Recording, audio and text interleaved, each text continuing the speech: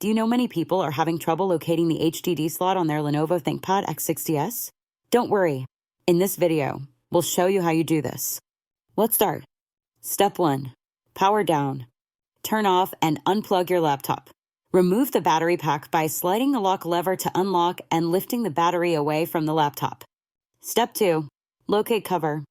Flip your laptop over to locate the hard disk drive compartment. Use a screwdriver to remove the screws that secure the HDD cover.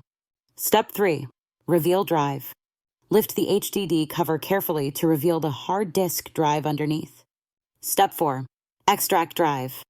Gently pull the HDD tab to slide the drive out of its bay. Handle with care to avoid damage. Step 5. Remove rails. Detach the rubber rails from the HDD by sliding them off, allowing access for replacement or upgrade. Following these steps, you should be able to access and replace your hard disk drive with ease.